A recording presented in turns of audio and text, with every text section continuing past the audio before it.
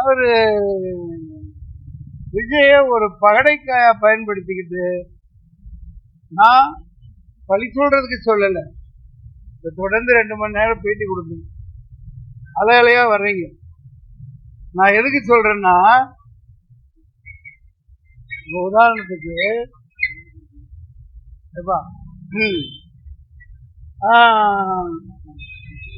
அரசியல்ல யாரும் வரலாம், யாரும் எதுவும் செய்யலாம், புரியுதுங்களா?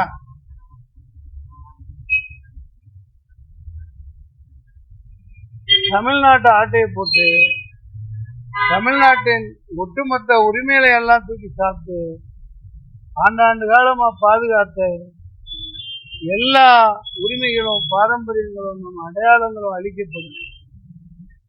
அதுக்கு அவர் பலிகடாவா ஆக்கிட்டு இருக்காங்க. இது பெருசா ஒன்றும் பண்ண முடியாத அரசியல், வேற விஷயம்.